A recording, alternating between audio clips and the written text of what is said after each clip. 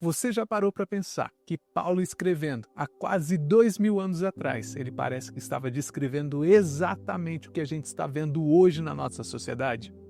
É impressionante se você olhar principalmente ali em Romanos, no capítulo 1, no versículo 18 ao versículo 32. Olá, meu nome é Renato Neves, seja muito bem-vindo ao nosso canal Bíblia Talk. Hoje, quando eu acordei, eu comecei a fazer uma leitura bíblica de Romanos, capítulo 1. E quando eu cheguei no versículo 18 até o versículo 32, parecia que Paulo ele tinha pego uma máquina do tempo. E nesse vídeo de hoje, eu quero mostrar para você que a palavra de Deus, ela não é só atual, ela é profética. E mais do que isso, ela nos dá respostas certeiras sobre esse momento que nós estamos vivendo no dia de hoje. Então fica comigo até o final desse vídeo, porque isso vai mudar a forma como você vê o mundo ao seu redor. Olha aqui comigo o que Paulo ele vai escrever em Romanos no capítulo 1, no versículo 18. Ele diz assim: porque do céu se manifesta a ira de Deus sobre toda a iniquidade e injustiça dos homens, que detêm a verdade em injustiça. Quer ver uma coisa que é realmente impressionante? Paulo ele fala de pessoas que detêm a verdade em injustiça. Sabe o que isso significa? Isso significa que quando você conhece a verdade, mas você escolhe viver a mentira, você está vivendo exatamente isso que Paulo está dizendo aqui. É quando você sabe o que é certo, mas você prefere fazer o errado. Então Paulo vai começar a descrever um quadro. E que quadro que é esse? É um quadro de descrição perfeita do liberalismo moderno. Olha as palavras que Paulo vai usar aqui.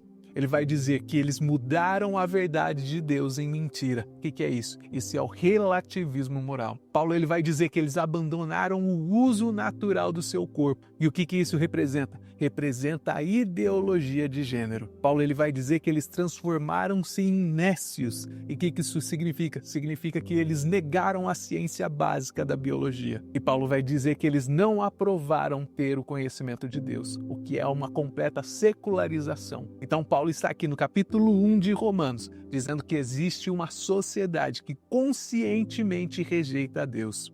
E isso não é uma coincidência. Ele escreve isso propositalmente. E aí Paulo ele vai continuar escrevendo aqui no versículo 24. Ele diz assim: por isso Deus também os entregou às consciências dos seus corações, à imundícia, para desonrarem seus corpos entre si. Olha só que coisa horrível que está falando aqui. Isso é muito horrível, Renato. Você deve estar pensando assim: isso é um pecado muito grande, Renato. Eu quero te dizer que a Bíblia não está sendo pesada. Ela está sendo real. Quando a Bíblia diz que Deus os abandonou, a Bíblia não está dizendo que Deus parou de amar essas pessoas, mas a Bíblia está dizendo que Deus apenas deixou com que essas pessoas vivessem segundo a sua própria escolha. Essas pessoas escolheram rejeitar Deus e Deus respeita a sua decisão. Então, quando uma sociedade ela conscientemente rejeita Deus, Deus ele permite que essa sociedade ela colha as consequências. E quais são as consequências? Paulo ele vai fazer uma lista completa das consequências dessas pessoas que escolheram rejeitar a Deus. Quais são as consequências? Desonrar o seu próprio corpo, paixões infames, mentes reprovadas. Ele vai falar que são pessoas injustas, que fazem prostituição e malícia, que são invejosos, que são homicidas, e eles são contendeiros, e eles são desobedientes dos seus pais. Quando nós lemos essas listas de consequências, parece até que Paulo ele estava lendo um desses jornais dos dias de hoje. Mas a verdade é que ele escreveu isso há mais de 2000 anos atrás. E isso é profecia pura para mim e para você. Mas agora que vem a parte mais importante, que é a nossa resposta. Porque nós não estamos numa guerra entre a esquerda em si. Efésios capítulo 6, no versículo 12, deixa isso muito claro.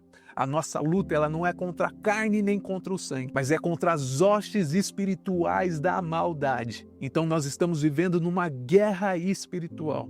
Já passou muito tempo de esquerda contra a direita. Nós estamos lutando contra uma guerra espiritual. E se você não entender isso, nós vamos pagar as consequências. E se eles tentarem nos calar, nós pregamos cada vez com mais ousadia. Sabe por quê? Porque é o evangelho que transforma o coração das pessoas. Se você quer libertar uma pessoa da ideologia de gênero, então prega o evangelho. Se você quer ver uma família restaurada, prega o evangelho. Se você quer ver a sua nação transformada, transformada.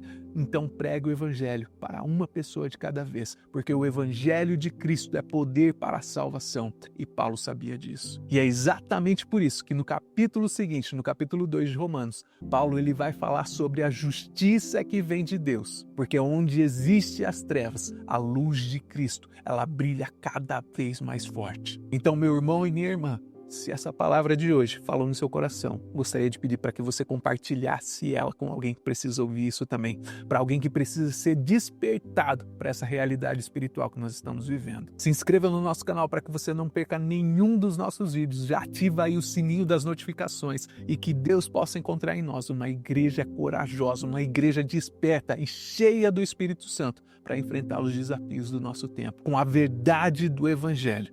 E nós nos vemos, se Deus quiser, no próximo vídeo. E até lá, que Deus em Cristo te abençoe.